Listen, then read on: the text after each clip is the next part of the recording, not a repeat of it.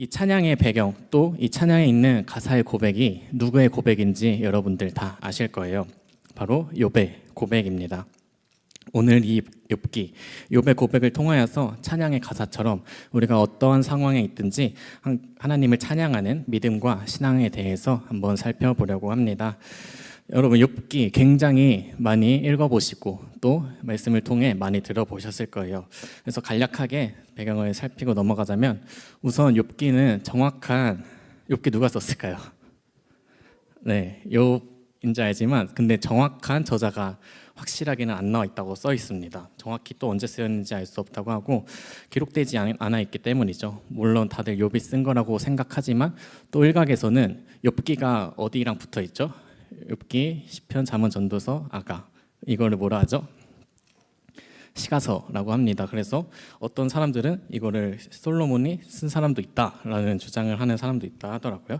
어쨌든 핵심은 이게 중요한 게 아니고 기록되지 않았다는 것은 그만큼 중요하지 않다는 뜻이고 기록되어 있는 말씀으로 하나님께서 우리에게 말씀하시고자 하시는 게 무엇인지 우리는 그것에 집중해야 할 줄 믿습니다.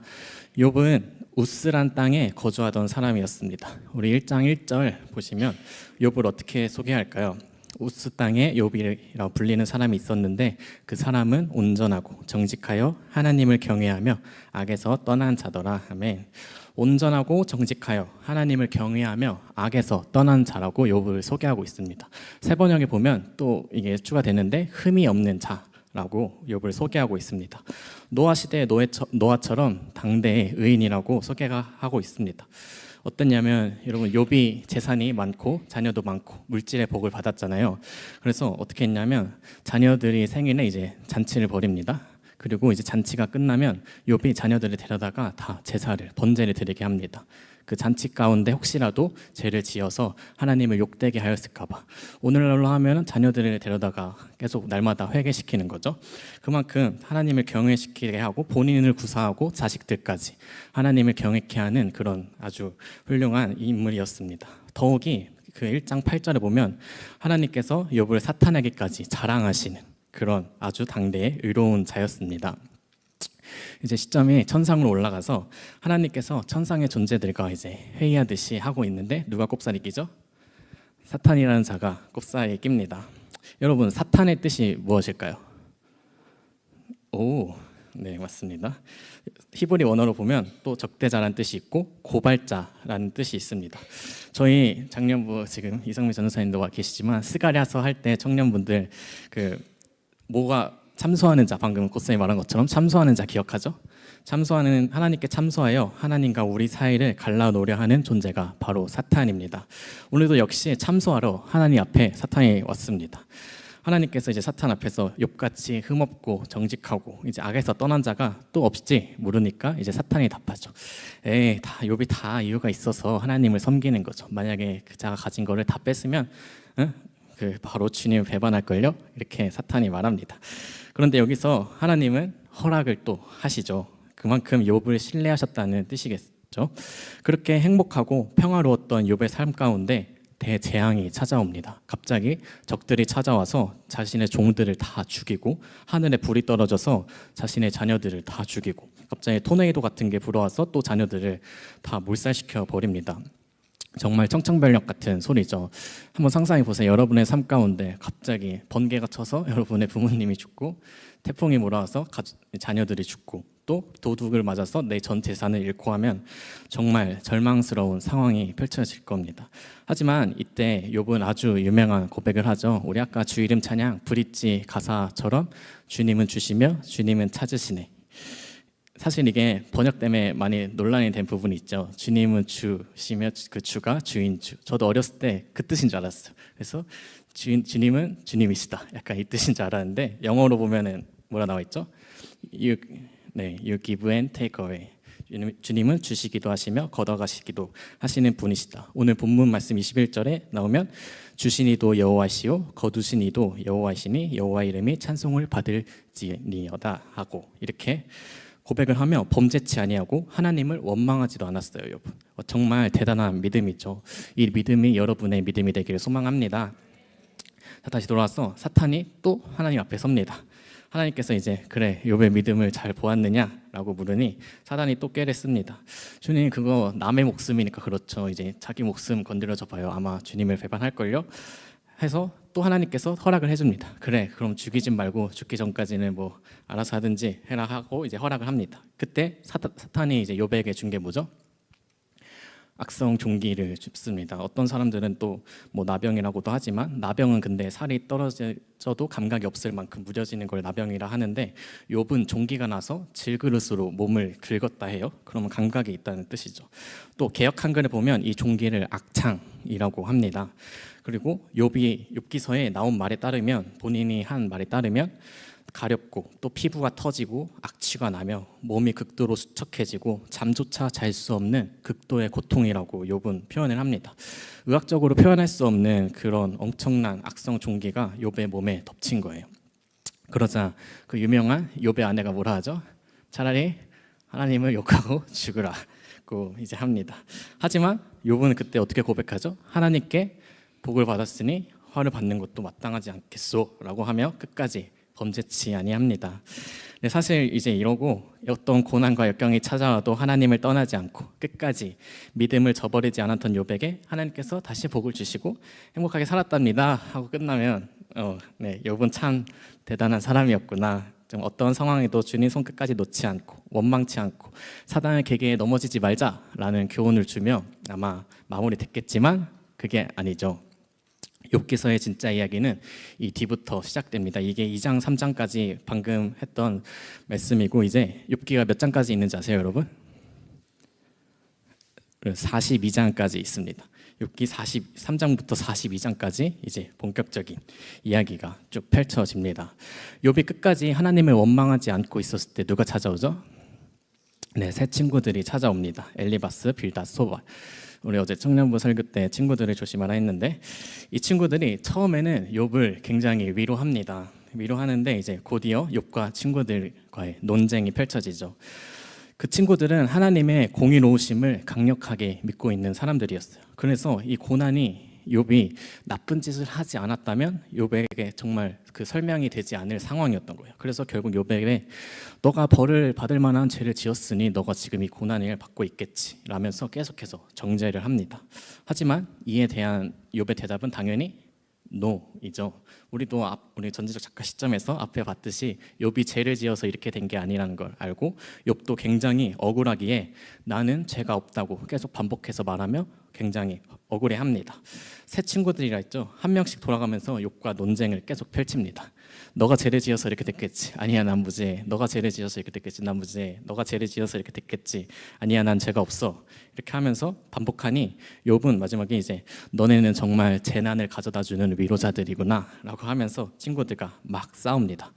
더욱이 친구들은 욥기 22장에 보면 욥이 분명히 저질렀을 것 같은 그런 죄악들을 온갖 상상의 나래를 펼치면서 나열해요. 정말 상상력이 풍부한 것 같은데, 그렇게 친구들과 싸우면서 그 견고했던 하나님에 대한 신뢰와 원망치 않던 태도도 욥은 점차 무너지게 됩니다.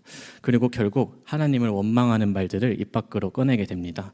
19장에 보면 너희가 어찌하여 하나님처럼 나를 박해하느냐 하고, 또 27장에 보면 나의 정당함을 물리치고 나의 영혼을 괴롭게 하시는 하나님, 그리고 심지어 하나님은 온전한 자나 악한 자나 모두 멸망시키시고 무죄한 자의 절망에도 하나님께서는 비웃으신다라고 하며 친구들의 공격에 감정적으로 격해진 욥은 하나님에 대한 신뢰를 잃은 듯한 모습을 많이 보여줍니다.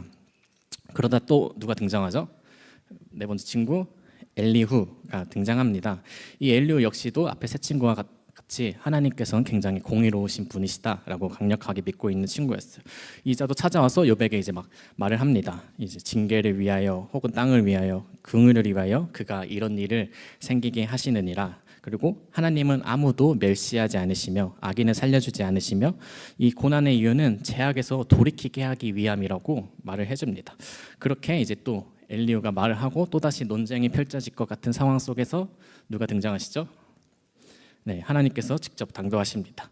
하나님께서 막 질문을 이제 욥과 친구들에게 쏟아내시죠. 감히 한낱 피조물인 인간의 지혜로서는 대답할 수 없는 그런 질문들 세 가지만 대표적으로 보면, 내가 땅에 기초를 놓을 때 내가 어디 있었느냐, 또 바다가 그 모태에서 터져 나올 때 그것을 가둔 자가 누구냐, 네가 하늘의 궤도를 아느냐, 땅의 법칙을 땅에 베풀게 하겠느냐라고 하면서 무려 약 70여 개 정도 되는 질문을 욥에게 던집니다. 근데 욥이 하나라도 대답할 수 있었을까요? 아니죠. 당연히 없죠. 이 비천한 내가 무엇이기에 대답할 수 있나이까 하면서 입을 손으로 막습니다. 욥과 그의 친구들이 하나님께서 공의로 세상을 다스리는 게 어떠한 모습인지 자기들 나름대로 이제 정하고 생각하고 있었다는 것을 보여줍니다. 아, 의로우신 하나님이시라면 이렇게 하시겠지. 하나님이시라면 악에 대해 이렇게 반응하시겠지. 하나님이시라면 이건 이렇게 하시고 저건 저렇게 하시고 라고 하면서 은연히 인간의 지혜로 하나님의 공의를 제한하려는 것을 보여주고 있었습니다. 지금 보통 세상 사람들, 대개의 사람들도 그렇죠. 무슨 재앙이나 사고나 전쟁이나 큰 이런 일이 일어나면 다들 짠 것 마냥 하나같이 누구를 욕하죠? 신을, 하나님을 욕합니다. 신이 있다면 이런 광경을 그냥 지켜만 보고 있느냐, 어떻게 선하단 신이 무고한 사람들이 죽는데 가만히 있느냐 하면서 이게 하나님의 공의고 정의냐 하면서 세상 사람들이 막 비난을 합니다. 또 무슨 비난을 하죠? 우리가 예수님을 믿지 않으면 지옥 간다고 이제 전도를 하니까, 그러면 이제 과거의 조선 시대나 저기 아프리카 오지 사람들은 그냥 예수님을 못 들었을 텐데, 그리고 또 태 속에서 죽어가는 영혼들은 그럼 지옥 가는 거냐 하면서 하나님의 공의를 자기들의 기준에 따라 판단하고 하나님을 자기들의 생각의 틀 안에 가둡니다. 너무나도 잘못된 행동들이죠. 감히 피조물인 인간이 창조주 하나님을 멋대로 생각하고 판단하니 말이에요. 오늘 아침에 목사님께서도 게임의 얘기를 하셨는데, 저희 청년부 얘기 때도 제가 했었죠. 그 롤러코스터 타이쿤이라는 게임이 있습니다. 여러분, 타이쿤이라는 게임 뭔지 아시나요? 이제 시뮬레이션 게임이라고 내가 직접 마을이나 이제 뭐 놀이동산, 뭐 가게 같은 거를 이제 운영하는 게임이에요. 거기서 이제 제가 어렸을 때 조금 이제 열심히 게임을 했었는데, 거기 있는 이제 심심하면 사람을 잡아가지고 물에 빠뜨렸어요. 그러면 이제 시간이 지나면 그 사람은 그냥 죽더라고요. 어쨌든 게임 속입니다, 여러분.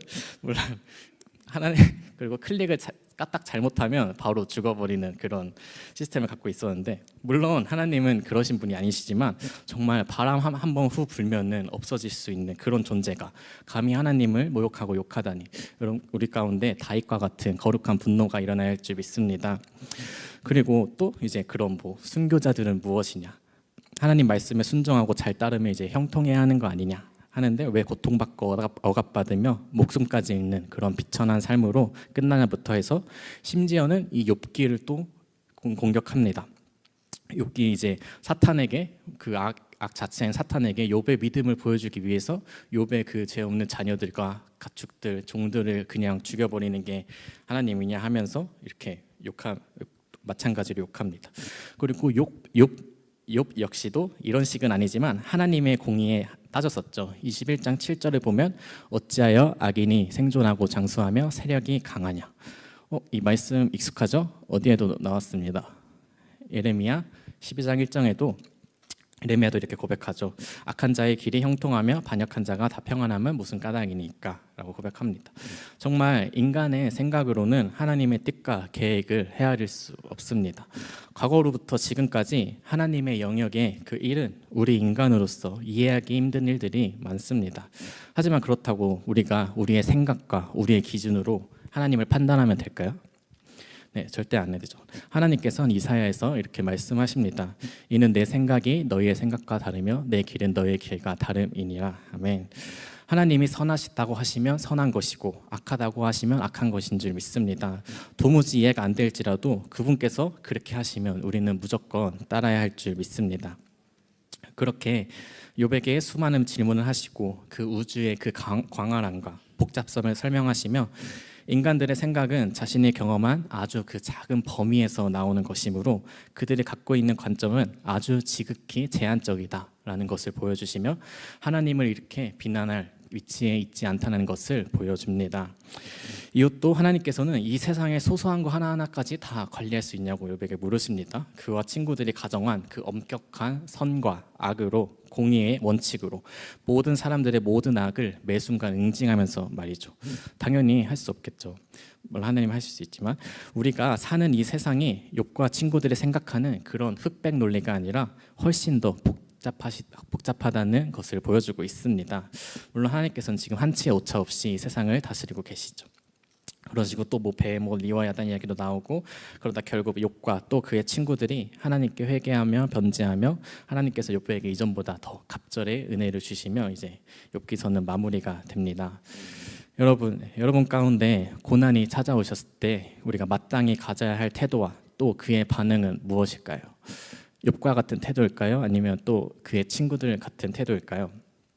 우리 모두에겐 고난이 찾아옵니다. 납득이 갈 만한 고난의 상황도 있지만 우리가 이해가 되지도 않고 불공정하고 억울하며 인간의 생각으로는 도저히 이해가 되지 않는 그런 고난이 찾아올 수 있습니다. 여러분 실로암 사건 다들 아시죠? 실로암, 이제 예수님께서 맹인을 이제 진흙에 빚으셔서 바르시고 그 맹인이 실로암 가서 씻으니 나음을 입은 사건 말이죠. 그때 그 맹인을 고치시기 전에 이제 제자들이 예수님께 질문을 합니다. 예수님, 저 날 때부터 맹인 된 자는 누구의 죄 때문에 저렇게 된 것입니까? 라고 질문할 때 예수님의 대답은 이렇게 했습니다. 누구의 죄 때문이 아니라 하나님의 일하심을 나타내기 위함이라고 하십니다. 여러분, 지금 혹시 고난의 상황에 놓여 계시나요? 아니면 또 혹은 평탄한 삶을 살고 계신가요? 우리가 지금 보내고 있는 이 시간, 아니면 고난이든지 환난이든지 아니면 평안한 삶이든지 그 어느 것 하나 하나님 손에서 벗어난 것 없고 또 하나님의 일하심과 가장 좋은 길로, 가장 완전한 길로 이끄시는 것임을 온전히 신뢰하시는 여러분 되길 소망합니다. 우리가 때로 견디기 힘들고 넘어질 것 같은 상황이 올지라도 하나님께서는 말씀하시죠. 두려워하지 말라, 내가 너와 항상 함께 있으리라. 하나님께서는 우리가 잘할 때만, 잘 될 때만 같이 있겠다고 하시지 않으셨습니다. 힘들 때, 어려울 때, 언제 어느 상황에서나 우리와 함께 하신다고 하셨죠. 그러나 도저히 우리가 고난의 상황에 있으면 주님이 안 보일 때가 있습니다. 때론 침묵하실 때도 있으시죠. 하나님이 내 옆에 계시는 게 느껴지지 않을 때도 있습니다. 그렇다고 진짜 안 계신 걸까요? 아니죠. 하나님은 옆에 계시죠. 언제나 우리 옆에서 불꽃 같은 눈동자로 우리를 지키시는 분이 하나님이십니다. 그 고난의 과정을, 연단의 시간을 잘 보내게끔 하시는 분이 우리 하나님이십니다. 우리가 잘 성장케 하기 위함이죠. 우리가 시험 볼 때 우리를 가르치던 스승이 옆에 와서 막 말해주면서 알려주시지 않잖아요. 옆에서 침묵하듯이. 또 얼마 전에 이제 저희 금요철회 끝나고 청년들이 인스타에서 막 본 영상이라던데 찾아보니 프랭크 vs 갓이라는 영화더라고요. 한 어르신이 법정 앞에서 많은 사람들에게 이제 말을 합니다. 힘을 달라고 기도했더니 하나님은 나를 강하게 만들 시련을 주셨고, 또 지혜를 달라고 기도했더니 풀어야 할 문제를 주셨고, 용기를 달라고 기도했더니 하나님은 극복해야 할 위험들을 주셨고, 또 사랑을 달라 했더니 사랑이 필요한 상처받은 사람들을 내게 보내주셨다라고 합니다. 하나님께서는 직접 문제를 해결해 주시기도 하시지만 우리에게 문제가 닥쳤을 때 우리가 비집고 나가 일어갈 수 있도록 기르시는 분이 바로 우리 하나님이신 줄 믿습니다. 하나님은 언제 어디서나 우리를 위하시고 지키시며 둘러싸고 보호하시는 하나님이 바로 우리 하나님이신 줄 믿습니다. 말도 안 되는 그 고난의 상황에서도 주님을 원망치 않고 주신 이도 여호와시요 거두신 이도 여호와시니 끝까지 주님의 이름만을 찬양했던 욥의 그 처음 믿음처럼 주님께서 하시는 일은, 또 주님께서 내 삶 가운데 허락하신 일은 항상 선하시다라는 것을 믿는 여러분 되길 소망합니다. 우리의 삶이 평안하든 평안하지 않든, 고난이든 역경이든 환난이든 언제 어디서나 주님의 이름을 찬양하는 감사함으로 모든 고난의 과정을 보내시는 우리 여러분 한 사람 한 사람 되길 간절히 소망합니다. 네, 제가 기도하고 마치도록 하겠습니다. 주님, 욥기서를 통하여서 또 하나님의 마음과 그 뜻을 우리가 알아가게 하심에 감사합니다. 욥의 고백과 같이 주신 이도 여호와시요 거두시는 이도 여호와시니 우리에게 어떠한 상황이 펼쳐질지라도 주님에 대한 신뢰를 놓지 않는 믿음을 주님 허락하여 주시옵소서. 때론 우리 인간의 생각으로 이해가 되지 않고 도무지 납득이 되지 않는 상황 속이라도 완전하신 하나님을 그저 사랑하기에, 그저 신뢰하기에 믿고 따르는 저희들이 되게 하여 주시옵시고, 그런 모든 상황 가운데서 끝없이 우리의 입에선 하나님을 찬양하는 소리가 흘러나오게 하여 주시옵소서. 어제나 오늘이나 영원토록 동일하시고 선하신 하나님을 찬양합니다. 감사합니다. 예수 그리스도 이름으로 기도합니다. 아멘.